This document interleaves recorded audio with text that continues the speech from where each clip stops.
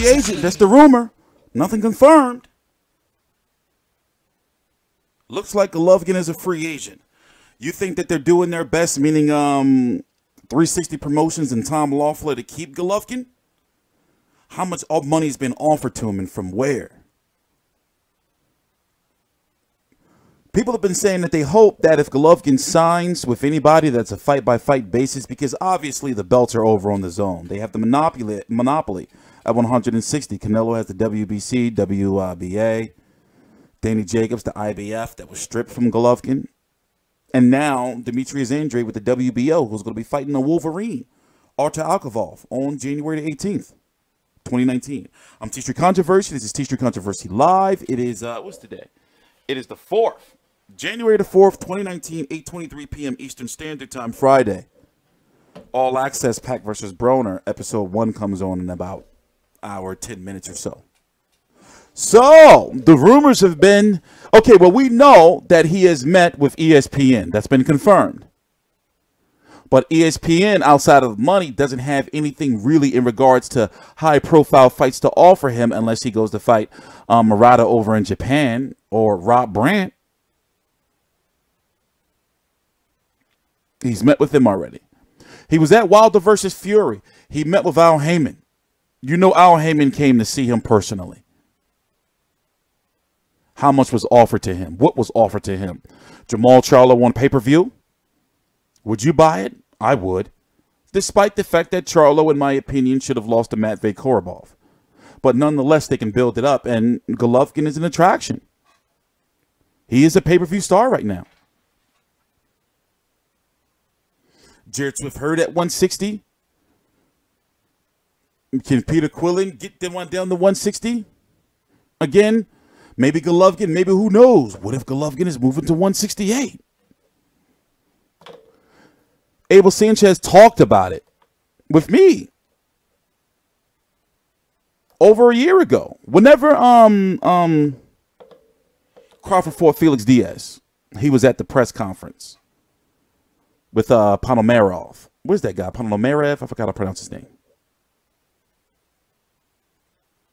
The Zone, obviously, is the logical choice to boxing fans because Canelo's over there. But what if he wants nothing else to do with Canelo? What if he's like, I'm fucking done with that shit? His belts are over there. We just have to wait and see if Al Haymon gets his hands on Golovkin. Now, the Zone wants Golovkin badly. What if the Zone does something? What if something happens where, I don't know how that works. I was thinking, like, what if the Zone throws all this money at him, but without a promoter?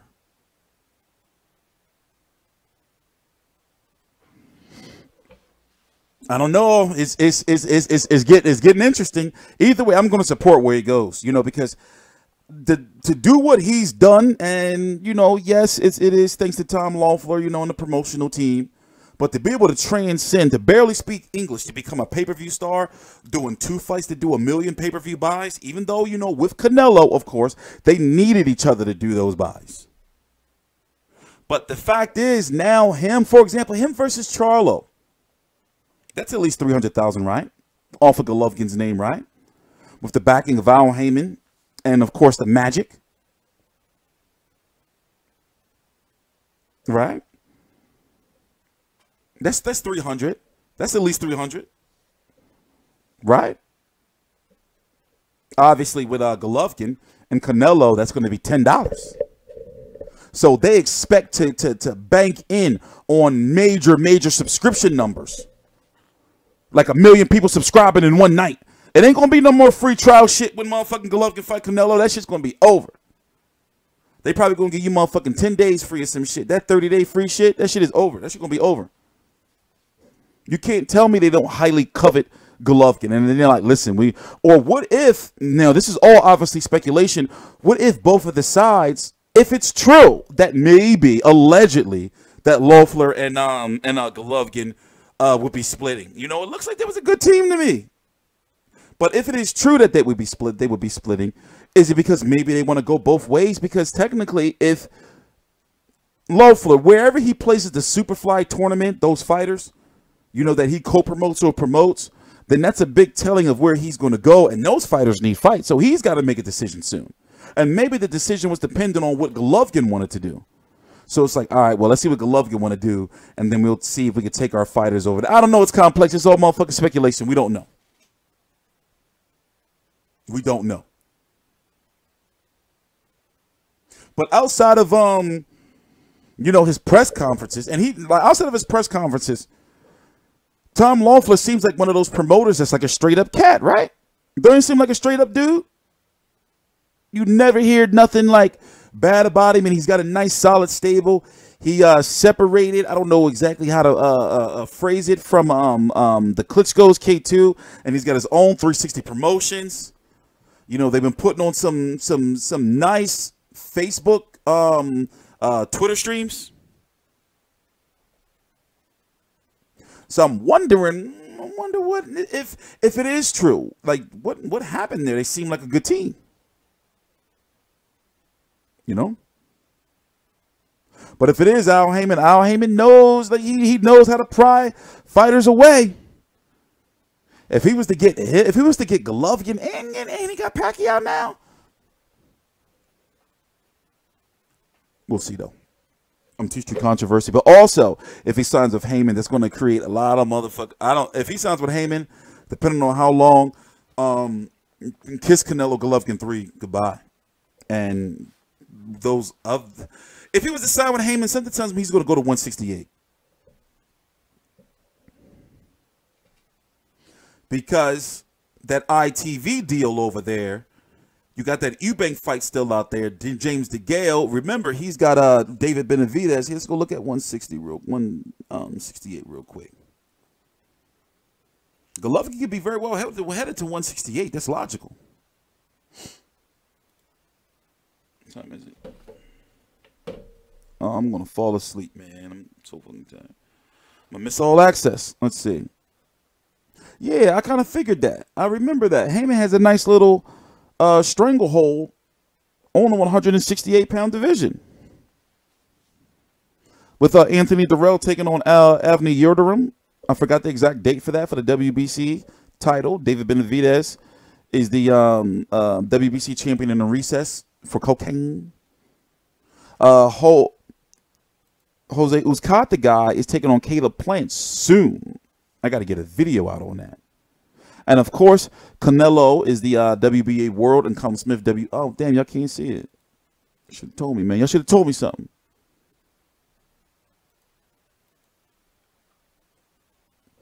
So yeah, these two are fighting. Let's go full screen. Fuck it. These two are fighting. Durrell and Yildirim. Canelo WBA World. Colin Smith WBA Super World. Jose Uzcat, the guy's taking on his mandatory Caleb Plant very soon. I think that's next week. The 11th, I believe.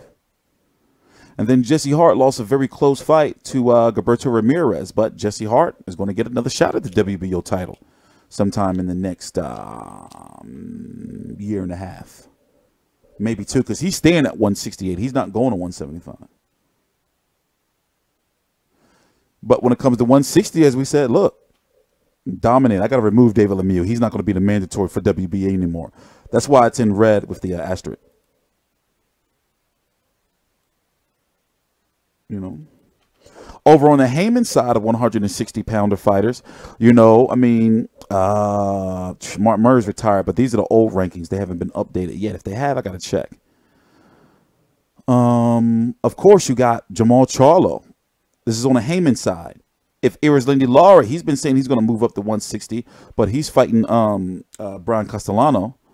He's been talking about moving up to 160 for like 3 years now.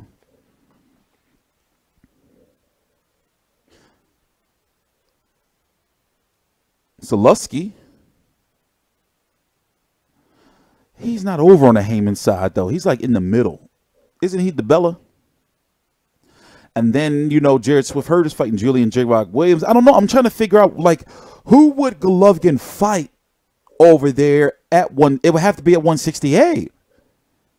Because he can put, because remember, we're not seeing, remember, you got Chris Eubank Jr., who has met with Al Haymon. And we don't know if this Pox in Sports that is promoting Chris Eubank Jr., that if they've been purchased up by Al Haymon or not. We know James DeGALE is an Al Haymon fighter. So potential 168-pound fights for Golovkin are Anthony Durrell, winner Ava Yildirim, David Benavidez, Jose Ustakata, Caleb Plant, James DeGALE, Chris Eubank Jr. at 168. I'm TstreeT Controversy. This is TstreeT Controversy Live. Please subscribe.